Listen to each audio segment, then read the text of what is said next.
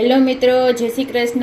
સ્વાગત છે તમારા બધાનું અંજલિ ગુજરાતી ફૂડ રેસિપીસ ચેનલમાં. તો આજે આપણે બનાવશું જાંબુન શોર્ટ્સ. તો જો એના માટે આપણે આ અડધો કિલો જાંબુ લીધા છે. આપણે આમાંથી જોતા પ્રમાણમાં વાપરશું. ને આ 2 ચમચી આપણે ખાંડ લીધી છે, અને આ અડધી ચમચી જેટલો આપણે સંચળ પાવડર લીધો છે, અને અડધું લીંબુ લીધું છે. અને આપણે આમાં બરફના ટુકડા જોશે, તો પહેલાં આપણે આને સુધારી લેશું. તો જાંબુન શોર્ટ્સ બનાવવા માટે આપણે આ રીતના જાંબુ એકદમ પાકા હોય આ રીતે આપણે એને કટ કરી લેવાના. જો કે આમાં જીવાત હોય, પણ અત્યારે હજી એકદમ સરસ છે. તો જો આ રીતે આપણે આને સુધારી લેવાના છે. તો આ રીતે ચેક કરીને આપણે આને સુધારી લેવાના છે. તો જો એકદમ સરસ છે આપણા જાંબુ. અત્યારે જે વરસાદ નથી થયો તો એકદમ સરસ આવતા હોય છે. આપણે આ રીતે ટુકડા કરી લેશું. જો આપણે આખી વાટકી ભરીને આ રીતે જાંબુને સુધારી લીધા છે. તો હવે આપણે એને મિક્સર જારમાં એડ કરી દઈશું. તો જો થોડાક કાચા હોય ને વ્હાઈટ દેખાય છે, ને એકદમ પાકી ગયા હોય ને જો આ રીતે એકદમ કલર મસ્ત આવે જો આનો. તો એ અમુક એકદમ પાકી ગયો ને આ સેજ આમ અધકચરા હોય એટલે વ્હાઈટ કલર લાગે એનો. ને ખાંડ એડ કરી દેશું. 1 ચમચી જેટલી એડ કરશું આપણે ખાંડ. ચપટી જેટલું આપણે સંચળ એડ કરશું. અને આ બરફના ટુકડા છે એડ કરી દઈશું આપણે. અને લીંબુનો રસ એડ કરવાનો છે આપણે.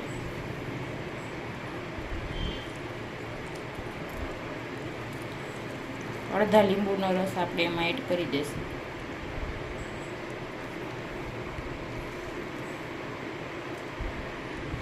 તો હવે આપણે આને બંધ કરીને એકદમ સરસ પીસી લેશું. જો આપણે એકદમ સરસ પીસી લીધું છે, એકદમ મસ્ત. જો કલર કેટલો જોરદાર આવ્યો છે. તો જો આ રીતે એકદમ સરસ આપણું જાંબુન શોર્ટ્સ તૈયાર થઈ ગયો છે.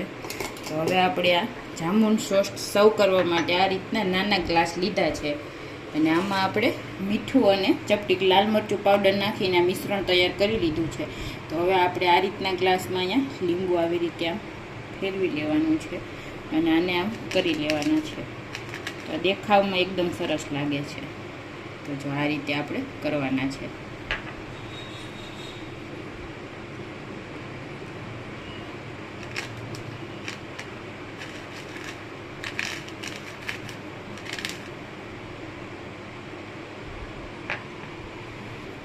હવે આપણે જ્યુસને એડ કરી દઈશું એમાં.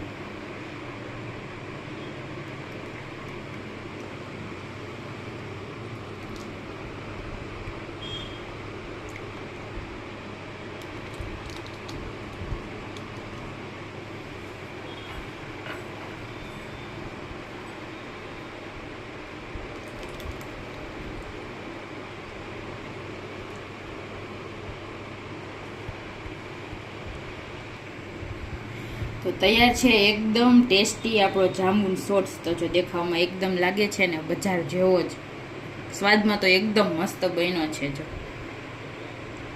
જો આપણે 1 વાટકી હતું એમાંથી આપણે આ 3 ગ્લાસ જેટલો જાંબુન શોર્ટ્સ બન્યો છે. તો જો તમને અમારી આ જાંબુન શોર્ટ્સની રેસીપી પસંદ આવી હોય તો અમારા વિડીયોને લાઈક કરી દેજો, શેર કરી દેજો, અને આપણી ચેનલને સબસ્ક્રાઈબ કરી દેજો. Thank you.